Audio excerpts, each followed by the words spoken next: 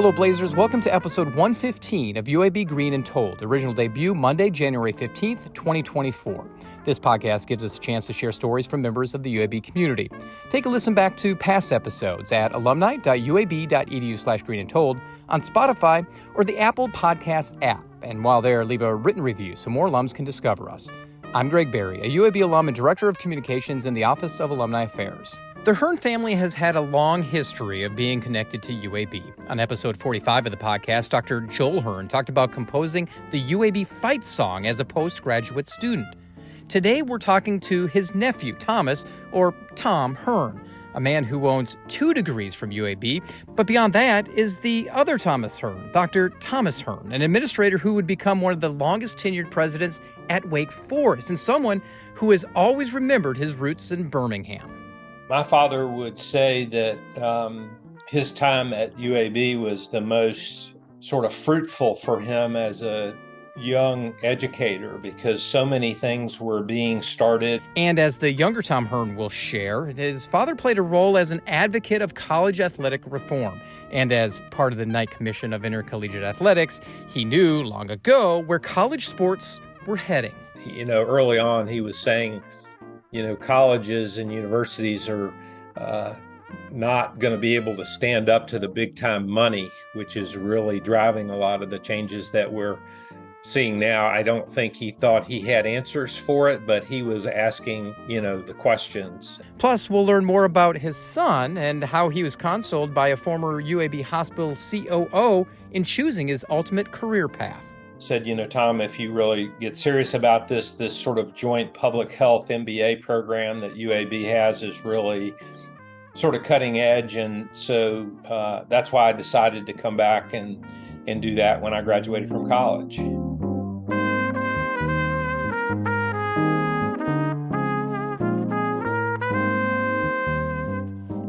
There are many names that are synonymous with UAB, names like Volker, McCallum, Bartow, and Marazzo. Each has, in one form or another, left significant impacts on the university over its first 50 years. Somewhere on that list is Tom Hearn, a man whose name may often get overlooked in the annals of UAB history, but definitely shouldn't. Credited with being the inaugural chair of the philosophy department and helping launch the honors program, Hearn left his own legacy on our school, one that dates back to the mid-'70s when his family moved to Birmingham and his son began high school. Ended up moving to Birmingham when I started the 9th grade, which I found to be a pretty awkward time to be changing schools because, not knowing anybody from years growing up. That was my kind of story. We lived 3 or 4 different places, and I get to go back to Nashville because I have a bunch of work there, and went back to undergrad at William and Mary, which is where I'd spent 10 years growing up. Still have some family in Alabama. Let's talk a little bit about the differences. When your dad was working for William and Mary and decided to move to UAB, what was it like for you as a kid? Because it's a little bit bigger here than where William and Mary is. You already alluded to the fact that your life was kind of uprooted and it was just kind of an awkward age. How did you adapt? What did you do? I think it was an awkward time, and Williamsburg, Virginia is a pretty small town. Birmingham is not. I was probably more on the shy, reserved side than the outgoing side, so I think I struggled for a year or so. And then when I was going into the 10th grade, I sort of became very interested in tennis. And that became a sort of something that pulled a lot of things together for me. And I decided I wanted to try to be a competitive tennis player. And that sort of helped my grades and gave me focus, and frankly was what I was if you talk to people that knew me in high school, they probably would say, oh, he was the nerd who played tennis. So that was sort of my early Birmingham experiences. What high school did you graduate here? I went to the old Berry High School, which is now Hoover High School. Yep. A lot talking about how big, Birmingham and the sort of whole Hoover area has become. I think there are now multiple high schools out that way. Your dad during this time that you were in Birmingham. What was his role at UAB as you were living in Birmingham? So my dad was recruited to UAB to be the first chairman of the philosophy department at UAB. So he was a philosophy professor at UAB. As I mentioned before, we, had family in Alabama. And my grandmother at the time was, living by herself and in Birmingham and older. And that was my mom's mom. And so there was, I think, a strong pull to come back, and also a sort of sense that there were a lot of things that were new that he'd get the opportunity to do at UAB that, wouldn't exist at a 300-year-old college. So that was how he got to UAB, and he did that for a couple of years and then was promoted to be the dean of the humanities, I think was his original title. Found that to be really empowering, and was sort of later in his time there was promoted to what was at the time called vice president for University College, which I think is now what they would call the provost's office. So he ran all of the undergraduate and graduate programs outside of the medical school. You made the decision to not start at UAB. You went to William and Mary, as you talked about, for your undergraduate. What was the thought process going back there? Was it just a familiar area?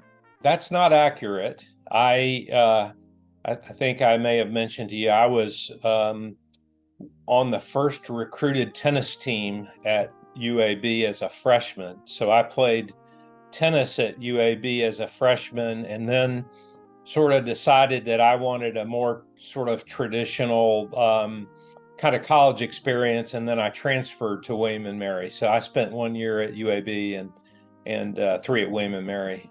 It wasn't the last time that you would set foot on campus as a student when you transferred as tennis. You wound up coming back towards the tail end of your father's tenure at UAB and got 2 master's degree. What drew you back to town?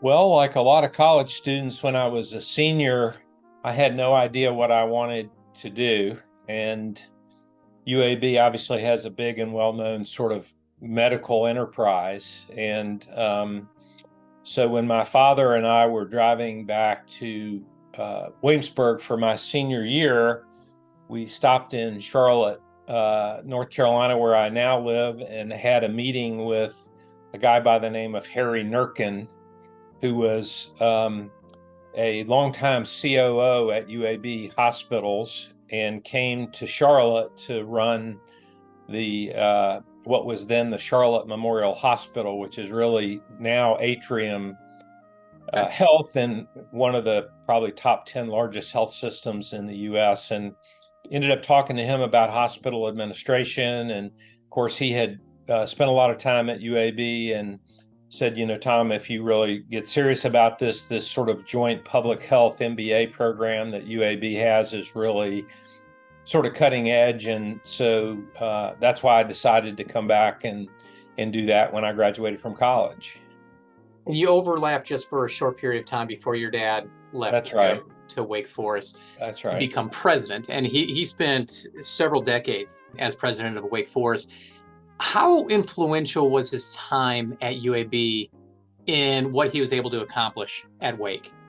My father would say that his time at UAB was the most sort of fruitful for him as a young educator, because so many things were being started, and the S. Richardson Hill and the other group of senior leaders who were at UAB at the time were, basically, the school wasn't brand new, but it was really starting its its growth phase. And so, he would oftentimes say that he got the ability to do so many things as a young administrator at UAB that helped form. And, one of the best examples of that I can think of is UAB is, as occupies 60 some odd blocks of downtown Birmingham. And so there is no difference between sort of the town and the gown. It's all right there together.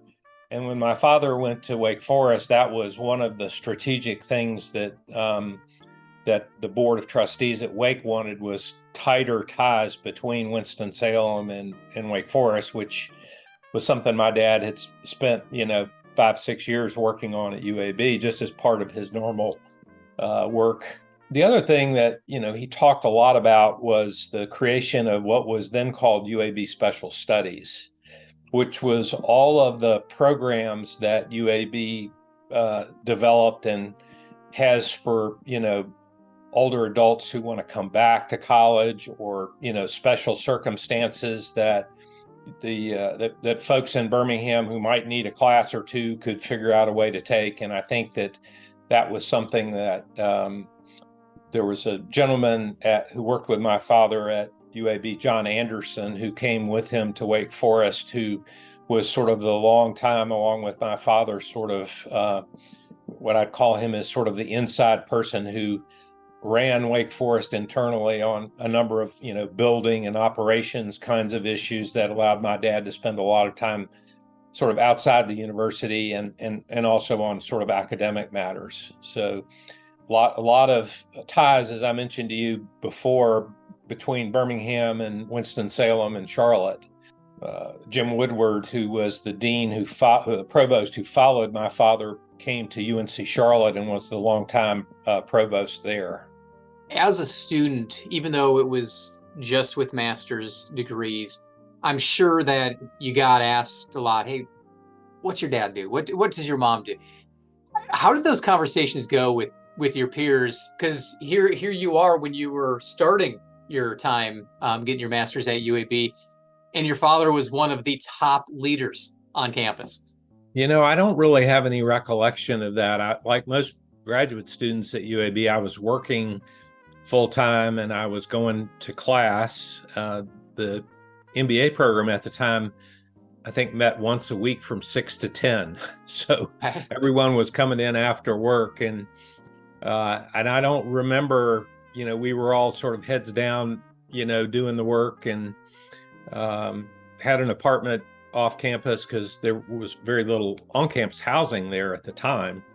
So I just don't remember that being much of an issue. It was more of an issue later when my father was at Wake Forest, and he and I share the same name. So I'd get asked that question a lot more regularly. So what aspects of his career at UAB kind of were most valuable in taking the leadership role as president at Wake Forest? One of the things, and I'm not sure this was the most important, but it was an important one, is he was there when they were starting the athletics program at UAB and the hiring of Gene Bartow from UCLA. My father had spent a lot of time on athletics when they were trying to get it started, and ended up in his career being very involved in college athletics reform and sitting on a number of NCAA committees. So that was one thing I would tie directly back to UAB. I also just think his his time there, and it's sort of hard to look back and say what would be the 2 or 3 most meaningful things later in his career that he got from UAB, but I think his sense of empowerment and ability to get things done, and that's a sort of credit to the whole UAB leadership team at the time, but the UAB still is a state institution, and so he got to know what it was like to work with state legislatures to get budgets appropriated. And so there were just many things that he took away from UAB that in his whole leadership journey, he really credits back to a specific time at UAB when he was being asked to reduce budgets and had an epiphany about leadership and like a true academic, he went to the UAB library to try to find a book on leadership and couldn't find one. So he would trace his whole interest in leadership and leadership development back to his time at UAB as well. And that leads directly into the book that was released not too long ago, Leaves from a President's Notebook, Lessons on Life and Leadership. Give us some background on the book. What went into it and why now? my father retired from Wake Forest in 2005 and unfortunately had a recurrence of brain cancer. And so he died in 2008. And when he died, he had been working on these essays. And so literally, they sat on the floor in my office for about 10 years, and I had to decide what to do with them. I could have given them to the special collections at the Wake Forest Library, and they would have said, thank you very much. And very few people would have seen them. But during COVID, we all had a little more downtime than we were used to. And my father had been very involved in an organization in Greensboro called the Center for Creative Leadership. And so the fellow who ran that, I went and met with him and said, I've got these essays, many of which are about leadership, but they're about some other things too. I need some help. Would you help me finish this? And so they gave me an editor, and I ended up getting a couple of my father's former work colleagues to go through this material with me. Yeah. And so that's what led to the book getting finished and published. Why now? I mean, maybe we should have done this a long time ago. But just, I'm glad we were able to get this out and done. And unlike a lot of sort of academic pieces, this is pretty short essays, and really sort of how he felt about a number of things, a lot of references to what it was like growing up in Alabama as a child in the 30s and 40s and 50s, and the impact of, a lot of things in society on what he would call small town America. My dad grew up mostly in Albertville, Alabama, up in North Alabama, south of Huntsville. Just looking through the commentaries and just different essays that he has, it ranges all over the board. You had mentioned that he had a passion for athletics and amateurism. What would he think about the state of college sports today? Well, unfortunately, a lot of the essays that are published in this book sort of foretold, not specifically, obviously, about conference consolidation, NIL and that sort of thing. But, early on, he was saying, colleges and universities are not going to be able to stand up to the big time money, which is really driving a lot of the changes that we're seeing now. I don't think he thought he had answers for it, but he was asking, the questions. And he had a lot of relationships in athletics with a lot of conference commissioners, and was always an advocate of the student part of athlete. And so I don't think he would be surprised about where we are right now. Putting this together 10 years after he passed away, there had to have been a satisfaction. There had to be emotions that came back to you. What was it like going through the memories and consolidating them in one spot? As I mentioned, fortunately, I had some of his colleagues help me pick the ones to include. And as you might imagine, some of them that were written in the 80s or 90s were not particularly relevant anymore. So that was pretty easy to do a cut on that. But, it was fun to go back and, read a lot of this work. And my father was more of an introvert than an extrovert. And so he would oftentimes write things that he wouldn't tell people. And so that was sort of his way of communicating, love or gratitude or whatever. So, it was more emotional at first, and then you sort of get used to, okay, we've got a lot of work to do to get this done. What do we need to include? But I think it's there's a lot of what he thought about life and extended family and expressing gratitude, and in addition to some leadership lessons and sort of how he thought about teaching education and leadership in the educational sense. You spoke of how UAB was influential for your father at Wake Forest. How was UAB influential for you in your professional career? Oh, it was very influential. I think back to a lot of the coursework that I had at UAB and the professors, and I had a very good experience there. When I finished, most people who are going into hospital administration do a residency of some type, and so I came to Charlotte to do that with the leadership team, the top three of which all came from UAB. Wow. And two of the three that are still alive, I'm still in contact with, and one of them I spent almost 15 years working for in a subsequent business. So and Eli Capilouto, who is now the president of University of Kentucky, was my classmate. Eli, in addition to being my classmate, was also a family friend with my Uncle Joel, who, wrote the UAB fight song. So lots of connectivity in my life around UAB, and almost all of it's good.